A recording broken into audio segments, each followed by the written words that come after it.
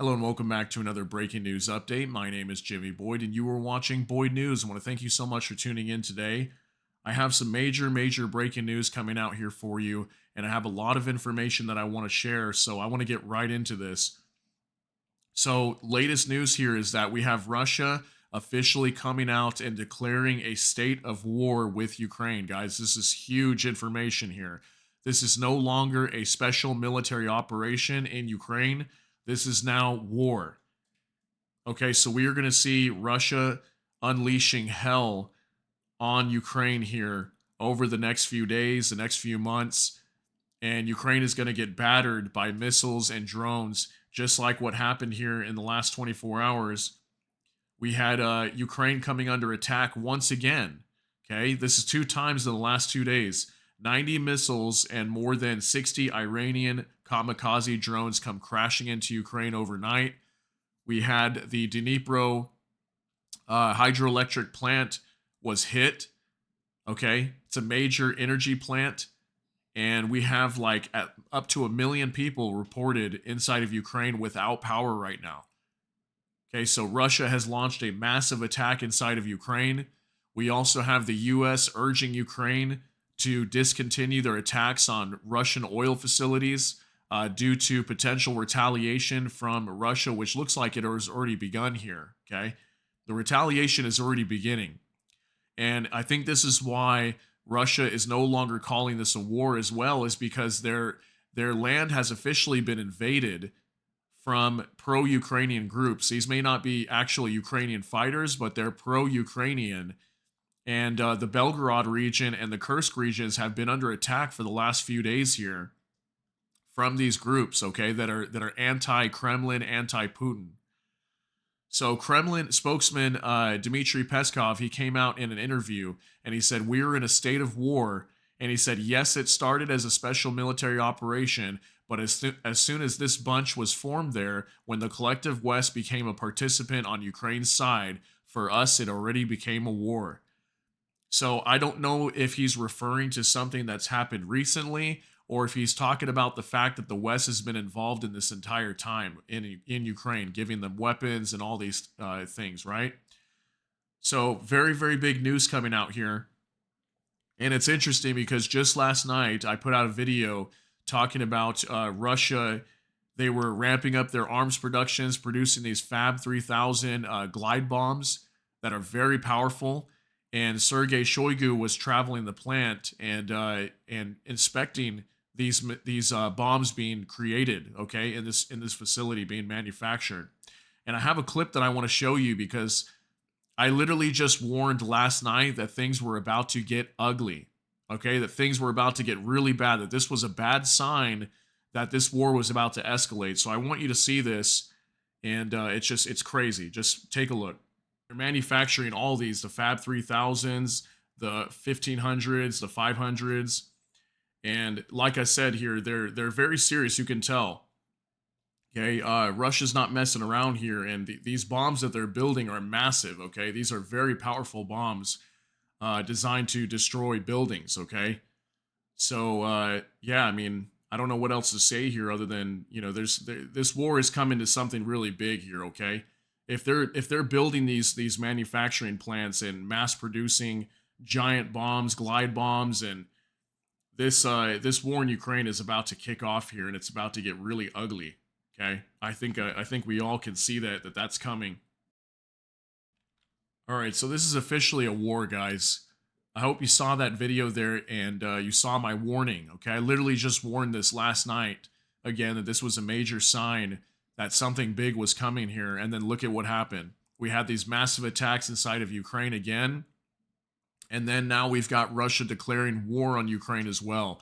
So very big news here. We also have several people, dozens of people that were injured in these strikes, and several that were killed as well. So we're going to go right into this. I've got an article to go over here. This is on CBS News.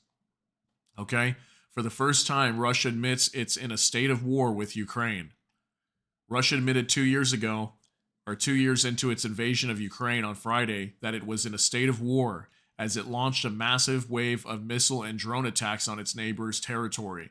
The admission marks an escalation in official language used to describe the conflict, which the Kremlin initially referred to as a special military operation.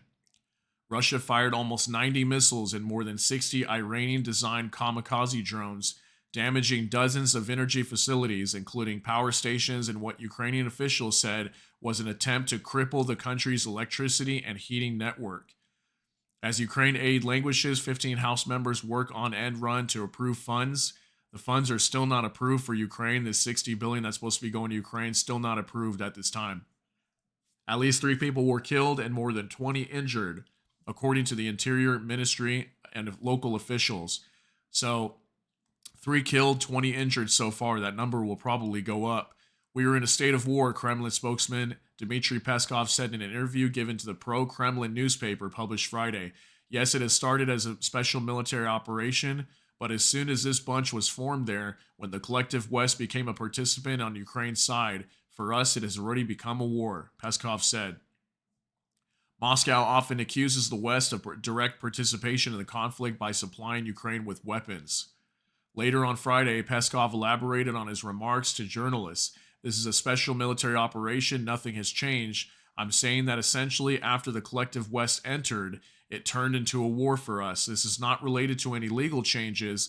This is a special military operation de jure, but de facto, in fact, for us, it turned into a war after the collective West more and more directly increased the level of its involvement in the conflict. So I wonder if he's talking about here the fact that French President Emmanuel Macron said recently that they'd be willing to send troops to Ukraine. Okay, and we also had there was a Russian, a top official, can't remember his name, forget his name, but he came out and was warning that France was preparing to send 2,000 troops to Ukraine. Okay, I did a video on that just the other day. Okay, so I'm not sure exactly what he's referring to, but he says here it's not related to any legal changes. And he's still calling it a special military operation, but the fact that they're calling it a war, I don't think it's exactly a war of what you may think is a war. Because it says right here, when asked about people in Russia who have been criminally convicted over the use of the word war to describe the conflict, Peskov called the comparison inappropriate. The context is different, Peskov said. The word war is used in different contexts. Just compare what context I have and what context it is in that you are in the cases that you cite. Okay, so he's probably saying here there's different terms for the word war, but I think what this really means here is this one step up to where they can start launching heavier attacks into Ukraine. They can start going after their energy infrastructure. They can start doing a lot of things that they weren't doing before, because when it was a special military operation, they were focused on certain regions, right? They were focused on the Donetsk region, okay, down south in Kherson, okay? They were focused on certain regions, and now I think what this does is this opens up the door to attack Ukraine as a whole and spread across the country and officially destroy the country if they want to now, because it's no longer just a special military operation. I think that's what they're trying to do here, because we also had reports the other day when Putin was finally reelected here that he was talking about creating buffer zones inside of Ukraine. And in order for them to do that, they'd have to take more land. Okay, they want a buffer zone between Russia and the enemies, which are the Ukrainian military along with NATO, which is more on the center to the eastern or the western side of Ukraine, not so much on the eastern side. So maybe that's what we're seeing here. Largest on record Russian attacks on Ukraine's energy grid. Russian attacks hit at least 9 regions, from Kharkiv and Zaporizhzhia, near the front lines to Lviv and Ivano-Frankivsk in western Ukraine, hundreds of miles away from the fighting. Ukraine's state-run power grid, Ukrenergo, said this morning's Russian attack on Ukraine's energy system was the largest on record, so definitely the biggest attack on their energy system here. Dozens of power system facilities have been damaged, including thermal and hydroelectric power plants, as well as major and regional power lines, and emergency blackouts have been put in place in several regions. So what did I just report last night in the video that I just showed you a second ago when I showed you that clip? Go back and watch that video if you haven't yet. It's literally just the last video I put out right before this one.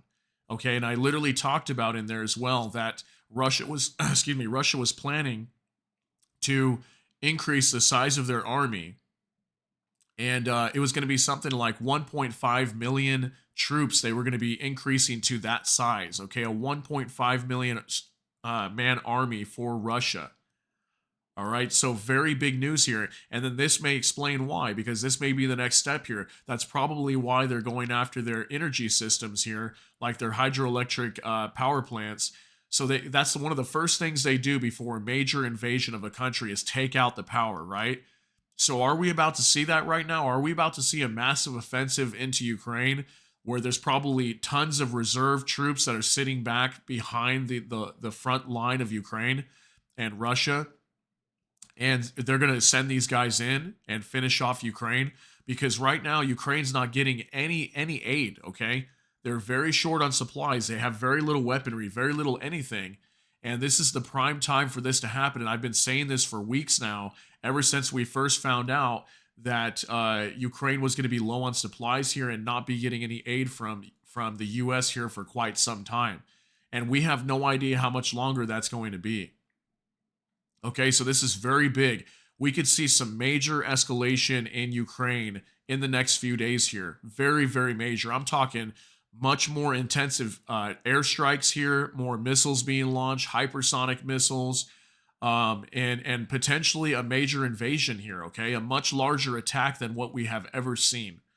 I have a really big feeling that it's leading up to that, and I may be wrong on that, but it definitely seems like that could be a possibility right now. So I want to move on and talk about this real quick here too. This is on the Financial Times. U.S. urged Ukraine to halt strikes on Russian oil refineries. This just coming out here in the last few hours as well. Very, very big news here. Washington told Kiev that drone attacks risk driving up crude prices and provoking retaliation. Retaliation, I mean, they've already been doing that. They're doing that right now, okay? The retaliation is already picking up right now, and Ukraine is very low on air defense missiles as well. So a lot of these missiles are going to start making it in here very soon. If they start launching barrage after barrage after barrage, they're going to be exhausting their air defense missiles, and they're going to run out, and they're going to be getting hit like crazy. So just real quick, it says here the U.S. has urged Ukraine to halt attacks on Russia's energy infrastructure, warning that the drone strikes risk driving up global prices and provoking retaliation, according to 3 people familiar with the discussions. The repeated warnings from Washington were delivered to senior officials at Ukraine's State Security Service, the SBU, and its Military Intelligence Directorate, known as the GUR, the people told the Financial Times. So obviously they're worried about global prices, oil prices going up. I think we're already up to, what does it say here, $85 a barrel. Russia remains one of the world's most important energy exporters, despite Western sanctions on its oil and gas sector. Oil prices have risen about 15% this year to $85 a barrel, pushing up fuel costs just as U.S. President Joe Biden begins his campaign for re-election. So obviously that's a big thing that the U.S. is worried about. If they keep driving up oil prices, it's going to do 2 things here. It's going to create more inflation, which the United States and along with many countries are dealing with high inflation right now. And 2, it's going to affect Joe Biden's re-election campaign this year. Okay, so if you didn't know, yeah, U.S. President Joe Biden's running for president again as the Democratic nominee against former President Donald Trump, okay, who is the Republican nominee. So, yeah, that now they're over here warning Ukraine to not be attacking these oil facilities, okay? So this is really big news now. And it makes you realize here that things are getting very, very tense over here. Okay. And it really could have come down to the point, and I may just be overthinking this, but it could come down to the point that Russia could potentially use a nuclear bomb inside of Ukraine. Okay. That's always been a possibility, right? Will it happen? We don't know. But is it very possible that that could happen? They could use a nuclear bomb? Yeah, maybe. If they feel that threatened, they have said it many times. If you attack our missile sites, we will use a nuclear bomb in Ukraine. Okay, and obviously Russia's oil facilities is their heart and blood of the country. Okay, that's the reason why they have an economy. So if their oil facilities get attacked that much, they're going to have to do something to put a stop to it. And I think that's why we're seeing this turn into a war now, is because of these attacks happening inside of Russia. Because these drones come from the West, okay? The West is supplying all these drones that fly into Russia and knock out their oil facilities and taking down all their infrastructure.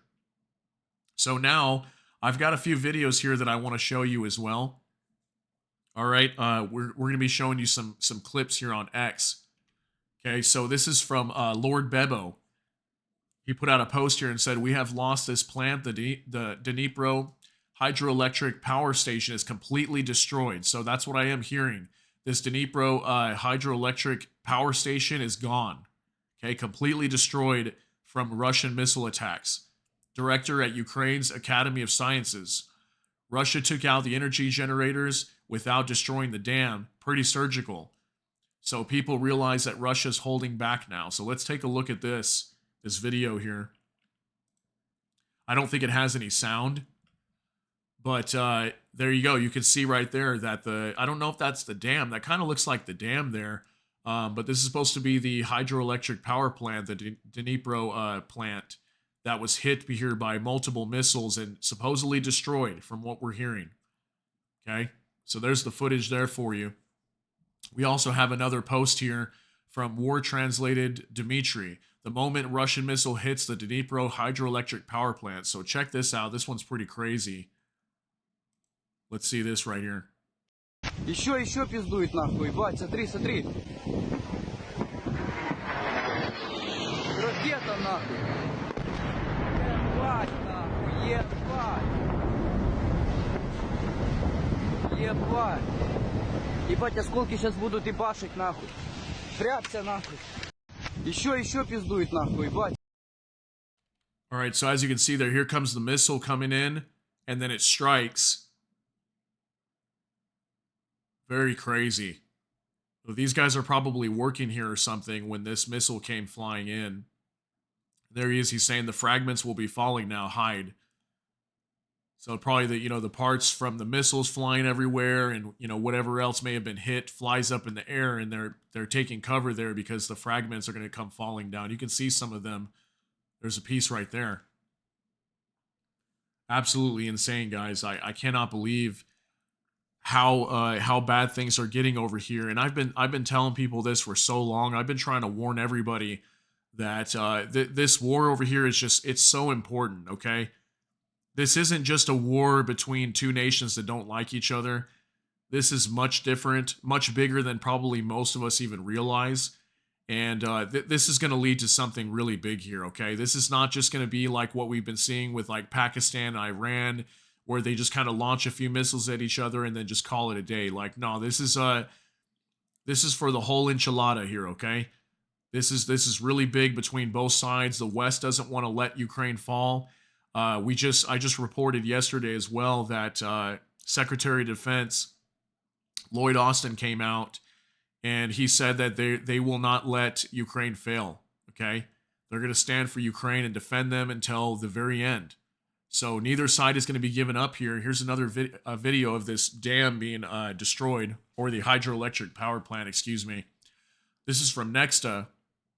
Russian Defense Ministry has called the attack on the Denpro hydroelectric power plant a retaliatory strike. A large-scale strike on Ukrainian facilities was carried out on energy facilities, military-industrial complex, railway hubs, arsenals, and AFU deployment sites, the Russian Defense Ministry said. The Denpro hydroelectric power plant was hit by 8 missiles. The damage is very significant, a spokesman for the Office of Ukraine's Prosecutor General said. The hit destroyed several hydroelectric units and de-energized Kharkiv. So Kharkiv is apparently out of power right now. So let's take a look at this video too. Попали по воде, волной уже трубы зацепило. Ну, плотина живая, слава богу. Света в районе нету.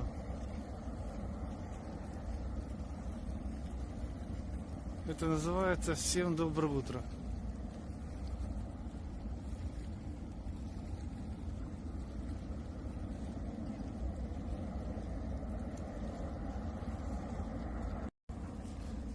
Ну что, Русня, поздравляю. So there you go. As you can see this looks like a different angle from that other video that we saw. And you can see it's clearly on fire here and it's been destroyed. So just imagine, we've got like 1 million or more people in Ukraine right now without power. And how are they going to get power when a major hydroelectric power plant gets destroyed? This is very big, okay? What Russia's trying to do right now is destabilize Ukraine, knock out their power grid, their energy facilities. And I think the next thing here could be potentially an invasion coming in. A massive attack from the Russians could be coming. Let me know what you think down below, but I think it's possible, okay? So last one right here. Okay, so this is actually from Volodymyr Zelensky. And he says here, this night, Russia launched over 60 Shahed drones and nearly 90 missiles of various types at Ukraine. The world sees the Russian terrorist targets as clearly as possible. Power plants and energy supply lines, a hydroelectric dam, ordinary residential buildings, and even a trolley bus. Russia is at war with people's everyday lives. My condolences to the loved ones of those killed by this terror. In all of the cities affected by the attack, the necessary services have already been deployed. Rescuers, power engineers, regional and local authorities, police, and utility services are helping people. Nobody will be left without assistance. Electrical power is being restored. Recovery in Kharkiv and its region, Zaporizhia, Sumy, Poltava, Dnipro, Odessa, Khmelnytsky and its region, Vinnytsia, and Ivano-Frankivsk has begun as of last night. Russian missiles have no delays, unlike aid packages for Ukraine. Shahed drones have no indecision, unlike some politicians. It is critical to understand the cost of delays and postponed decisions. Patriot systems must protect Kharkiv and Zaporizhia. Air defense is required to protect people, infrastructure, homes, and dams. Our partners know exactly what is needed. They can definitely support us. They are necessary decisions. Life must be protected from these savages from Moscow. So we'll look at this video here. I don't think it has any sound. Yeah, it's got no sound. But we've got some sort of facility here that's been destroyed or damaged. And firefighter crews here on the scene trying to put out that fire. I don't know if this is maybe this is inside of the hydroelectric plant. It could be. But this looks like some sort of major facility here that was hit. Yeah, this looks like it could be the inside of it. Not quite sure. But obviously that's from an attack from a missile coming from Russia. Okay. So very, very big news here, guys. And I'm at a loss of words here because I literally just warned in this video yesterday that something big was coming. And I don't know, maybe I just had this this weird sense here that something was coming, but I said it there in the video. Once I saw that they were producing these Fab 3000s, it's game over here, okay? This is going to turn into something very massive. It's going to escalate very quick from here, at least from my opinion. And now that they declared this as a war, what this will allow is Russia to basically assume all opportunities that they have, any options that they have. They can utilize any options to attack Ukraine now. And I don't want to say nuclear just yet. Okay, nuclear may not be an option just yet. But we're going to see hell unleashed onto Ukraine now. And like I said, Ukraine's in a very bad position right now. They don't have any air defense really or anything to defend themselves with, at least not very much. So, you know, right when we think that Ukraine here may have the upper hand, I don't think they will, but we'll have to see. Either way, this is not going to be good. We're going to have lots of information coming out on the hour here inside of Ukraine, and I'm going to try to report on as much of it as I can to get you caught up to speed and aware of this. But in the meantime, just be very careful when you go out in public here because anything can happen from this war over here. Things could escalate. It could trigger a nuclear war. You never know. Anything could happen, okay? Anything is possible here, and President Putin said that just the other day during his election speech, okay? Anything is possible in today's world, so you can't rule anything out. So definitely try to stay safe out there. Be very careful, and if you can, I highly recommend to carry a self-defense tool safely if you can, if you're able to do it legally in your state or in your country, wherever you might be. and take care of your family and just be very careful out there, okay? Could get really bad here. So stay on your tippy toes. I appreciate you hanging out with me here today. If you got something out of this video, please smash the like button. And also, if you enjoy my content, please consider subscribing down below. Hit the notification bell. That way YouTube can notify you. And with that, I hope you all have a great day. Everybody take care and God bless. And we'll see you in the next one.